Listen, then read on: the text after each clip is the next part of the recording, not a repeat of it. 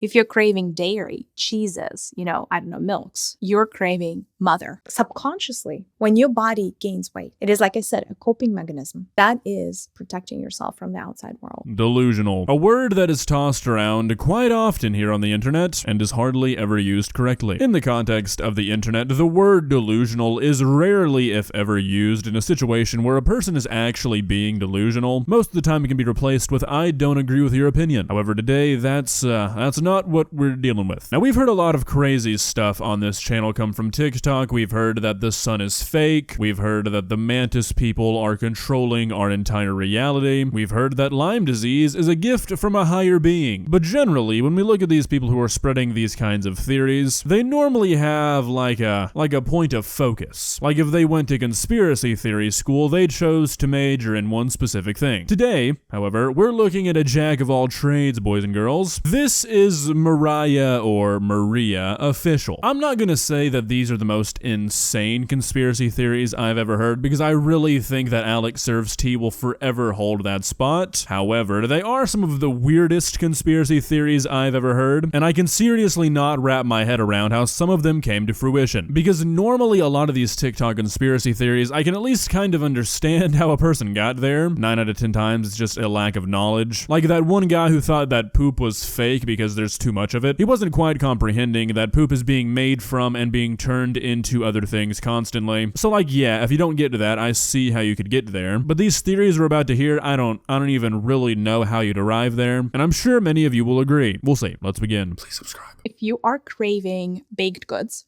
or gluten doesn't really sound all too fancy, but like pizza, pasta, breads, croissants, any and all of these baked things, all the baked goodness, usually what you're craving is... Guys, I'm gonna give you as many guesses as you want as to what she's about to say craving bread and dairy really means. I would sit down with you for an entire day. I would offer you $100,000 if you can successfully guess what she thinks this craving really means. I'm gonna give you a minute. Comment what you think she's about to say, because I know for an absolute fact that nobody who doesn't cheat is gonna get it right. The energy of your father. Or like, and by the way, you can have a terrific relationship with your father, or you can have a really bad relationship with your father.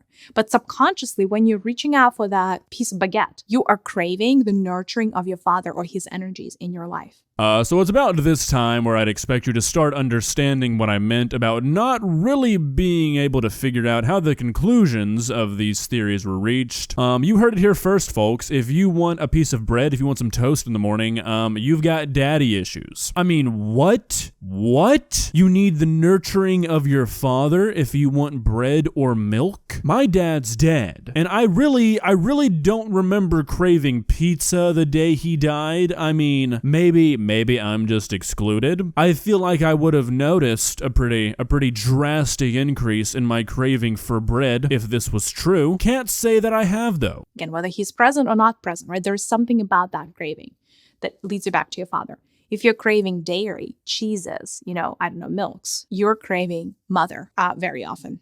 Again, there is an exception to every rule, but these are some of the things. I have a pretty good relationship with my mother. Better than average, I would assume, really. And I hate milk. If you ever catch me drinking milk, know I've been replaced. That is not the original me. I'm not sure I buy into this theory is what I'm trying to get at. What's going to happen to food in fifth dimensional consciousness? Once we fully complete the transition to a fifth dimensional consciousness, what planet Earth is no longer going to be a vibrational match to is violence. Let me restate that. Once Earth transitions to a 5-dimensional plane, once we have completed it, no single species is going to eat another species on planet Earth.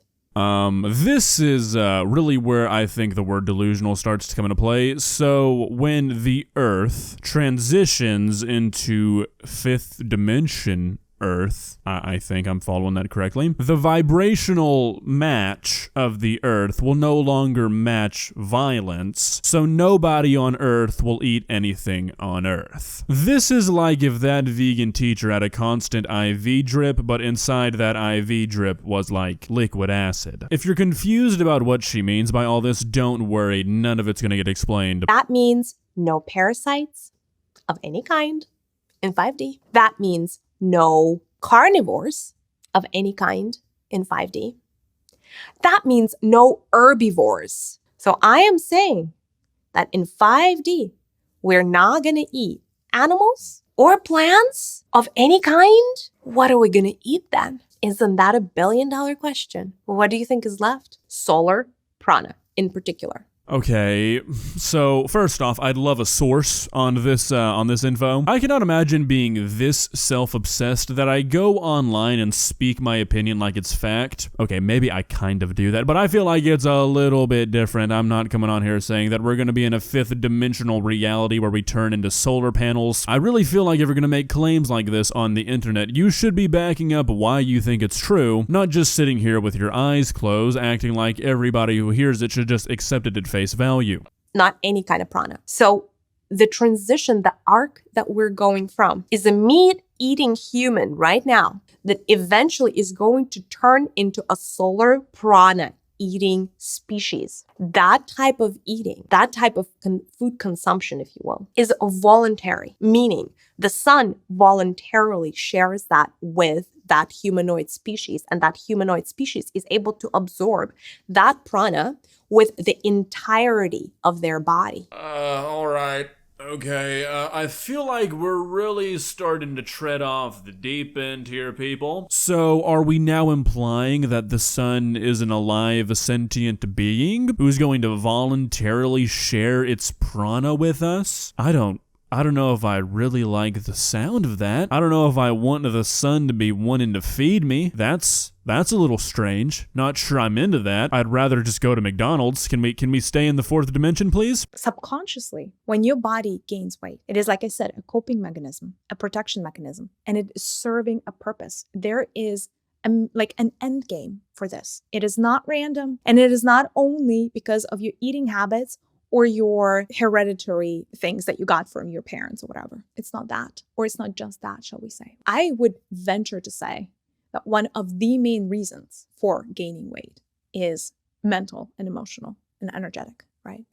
No, not right. Actually, we're not gonna say right after that sentence. Like, we're just not gonna skip past that and say right and just kind of keep going. No, actually, no, it's not right. The reason you gain weight is because you eat more calories than you burn. End of the sentence. I want you to press enter a few times after that sentence because nothing else needs to go around it. That's the sentence, okay? Sure, there can be hereditary things that affect your ability to lose and gain weight, but it's about the calories you put into your body. It's not about if your spirituality vibrations decide, oh my god, vibes were off at the Starbucks earlier today, I need 5 pounds of shield weight. I need an emotional barrier to protect me from the barista. No, this is not how the world works, and we shouldn't allow people to say it is. Or spiritual, if we would like to call it. And that is protecting yourself from the outside world. And then there is a massive, massive payback that you get from being quote unquote overweight. And that is a feeling of safety, a feeling of comfort, a feeling of not having to always be on guard and being able to actually function in society. That is your payback. So instead of demonizing this thing, let us accept that it is actually just a coping mechanism for you. Correct me if I'm wrong, and this is not a belief I hold whatsoever, but I feel like this is what this woman just plainly stated. Did this woman just say that overweight people don't function in society? Because that's what I heard. This was like a backhanded compliment almost, but instead of just a backhand, it was like a full frontal fist punch. Is that not what she said? Because I don't know how else to interpret that. Our DNA is going to change. The human DNA is going to change to such a degree that we're going to be almost like a whole new human, a whole new version of human. The version of human that is going to come forth is not even going to be called Homo sapiens. This is going to be an evolved species. That evolved species, and by the way, it's not millions of years away and not even 100,000 years away. It's a lot closer than you guys could ever possibly imagine. Maria, not sure your preferred pronunciation. I'd really love to know. How do you know this? Who's feeding you this information? What little birdie is whispering in your ear? Hey, by the way, new human dropping soon. Like, who are you that you think you just know all of this stuff? What could possibly lead you to think that you just know all of this? I'd love to hear it. The transition to the 6th human race, the next, you can call it a race, you can call it another species, that upgrade that is coming. It's going to be here way quicker than you think. What is that new species? What is the new type of human that is that we're paving the way for? That type of human, that new human race, that evolved human species, humanoid, I should say, maybe more so than human, is going to be a solar race. It's going to be a solar species. What does that even mean? Like we live off the sun? Or that we live in a solar system? Because if it's the second one, Mariah, I've got some rough news for you. I mean, what makes you think that in a few years we're gonna suddenly just be using the sun for our food? That we're gonna suddenly be able to perform photosynthesis as a human? Once again, I would really love a source. It is gonna be a race, a species that is governed by the sun, the rhythms of the sun. That is why we're being bombarded with all these solar codes right now, not for nothing, you guys. We're being prepared, our DNAs are being activated. Because they are going to have to develop some new strands. Maybe not develop, but those, I guess they're as good as dormant or as good as dead now. Yeah, those strands are going to have to be activated. We're going from a 2-strand DNA structure to a 12-strand DNA structure. And that solar human is going to eat prana. Dude, not even joking right now. I wish I had this kind of imagination. I would not need Netflix. I would not even need internet anymore. I could just sit there in my own mind, entertaining myself with these kinds of ideas. Yeah, Mariah, I'm sure that we're being sent all of these sun codes from the sun sleeper agent system, and that our DNA is morphing into 12-strand prana-eating DNA. Yes, I can't wait for it. I can't wait to eat those sweet sun rays. I'm looking forward to it every day. Sun chips aren't doing it for me anymore. Well, guys, it's times like these that I'm really grateful that my parents taught me to not believe every single last thing I read on the internet. I feel like at a certain point it's not even worth talking to a person anymore, because if they genuinely believe that we're about to enter as a human race into a 5th dimensional reality where our entire species is converted into this new humanoid thing where we feed off the sun, I really feel like there's no coming back from that. I feel like that's the kind of belief you die with, so not even gonna waste my breath. If you enjoyed this video, please leave a like and walk on over to that subscribe button and touch it. It's free. It won't cost you anything. But for now, that's all I have for you today. Bye.